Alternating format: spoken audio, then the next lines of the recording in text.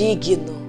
Que o amor do nosso Senhor Jesus Cristo esteja com você nesse dia.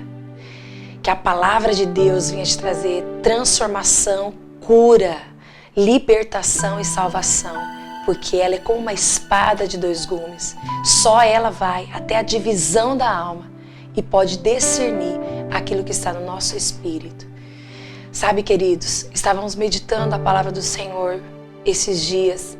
Porque a igreja do Senhor Jesus Cristo tem passado dias de muitas dificuldades, dias de perseguições, dias de aflições. Nós temos passado dias na qual muitos têm se desviado, apostatado, têm deixado a sua fé de lado, não têm crido no Senhor. Mas nós temos através da palavra exemplo de pessoas que também passaram dias difíceis, na qual a igreja do Senhor Jesus Cristo também foi muito perseguida. Mas a diferença que existe daquela época, da palavra dos homens de fé para hoje, é que muitos naquela época não desistiram. Foram até o fim, com fé, com muita ousadia e muita autoridade. E é isso que eu quero profetizar sobre a sua vida. Que por mais que o diabo queira desanimar você, eu quero te citar um exemplo de uma pessoa que foi até o fim e viveu os propósitos de Deus para ele.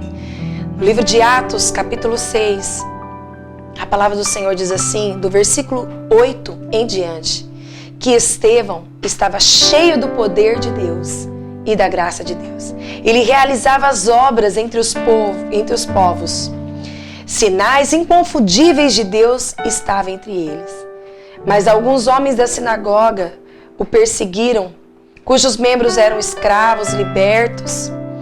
E então eles passaram a atacá-lo a fim de impedir o seu trabalho. Entretanto, nada o parava e ele era cheio de sabedoria e força. Estevão falava com sabedoria e força. No capítulo 7 em diante, Estevão começa a ministrar na sinagoga.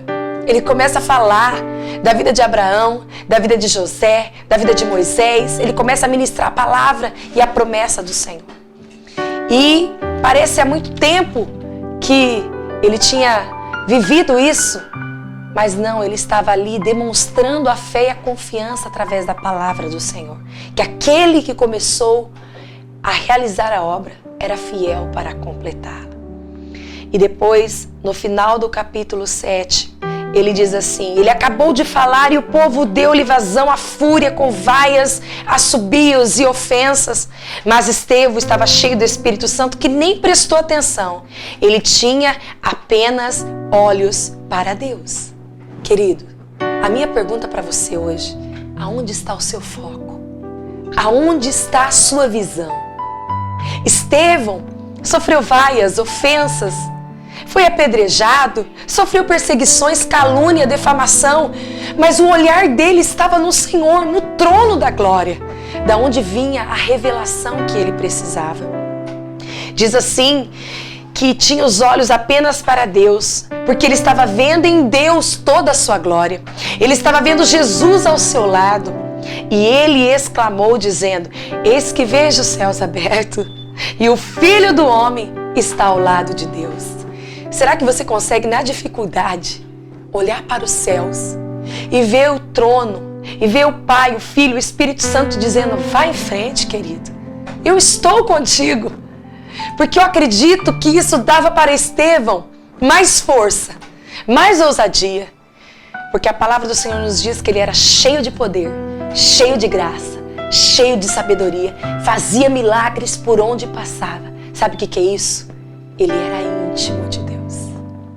Se você for íntimo de Deus, você vai ter um encontro tão pessoal com o Senhor, que mesmo que as adversidades venham, os seus olhos estão nele e você consegue enxergar a glória e a majestade do Senhor.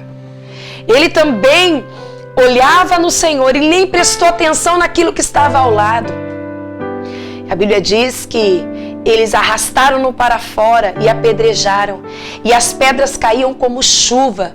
Mas sabe o que ele fazia? Estevão orava. Ele orava cada vez mais, querido.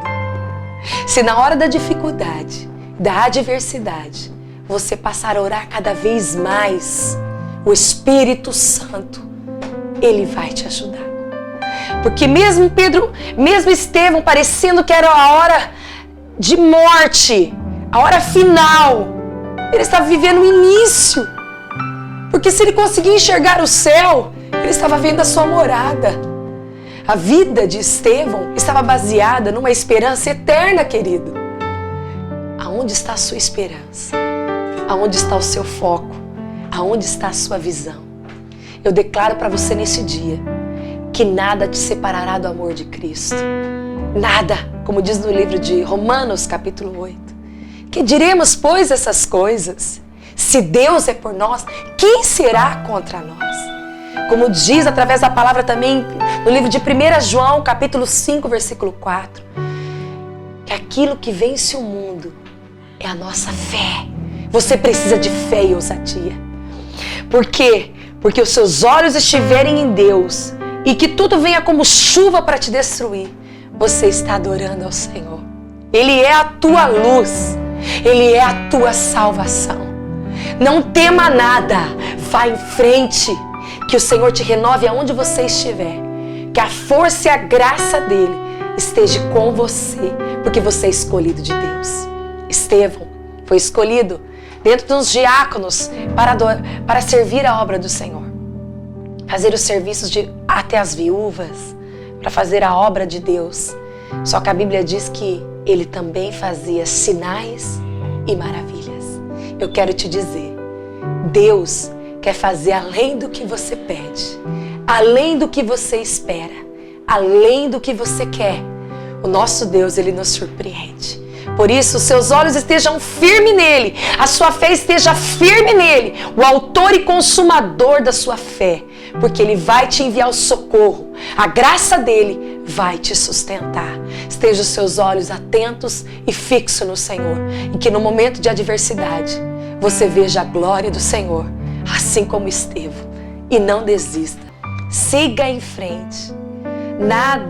Que nada venha abalar a sua fé e a sua confiança, porque quem tem te sustentado e te ajudado e te fortalecido até aqui é o Senhor.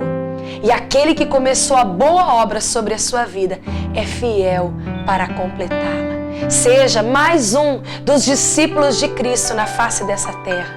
Não se contamine, não perca a sua esperança, porque nós temos uma esperança eterna. O céu nos aguarda, a coroa nos espera.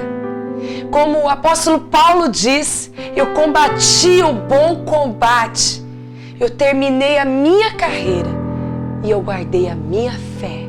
Vai em frente, querido. O Senhor vai se orgulhar de você. Ele vai se orgulhar da sua persistência. E eu tenho certeza que você será uma carta viva, um testemunho vivo por onde você passar. A Bíblia diz, aquela carta em que Paulo escreve à igreja de Filipenses: esquecendo-me das coisas que para trás ficam, eu prossigo para o alvo, a soberana vocação que está em Cristo Jesus. Ou seja, ele disse assim ainda: não julgo que haja alcançado tudo, mas uma coisa eu lhe digo, eu esqueço-me das coisas que para trás ficam. Deixa para trás tudo que te feriu, tudo que te machucou. Estevão, você é como Estevão hoje. Olhe para o alto.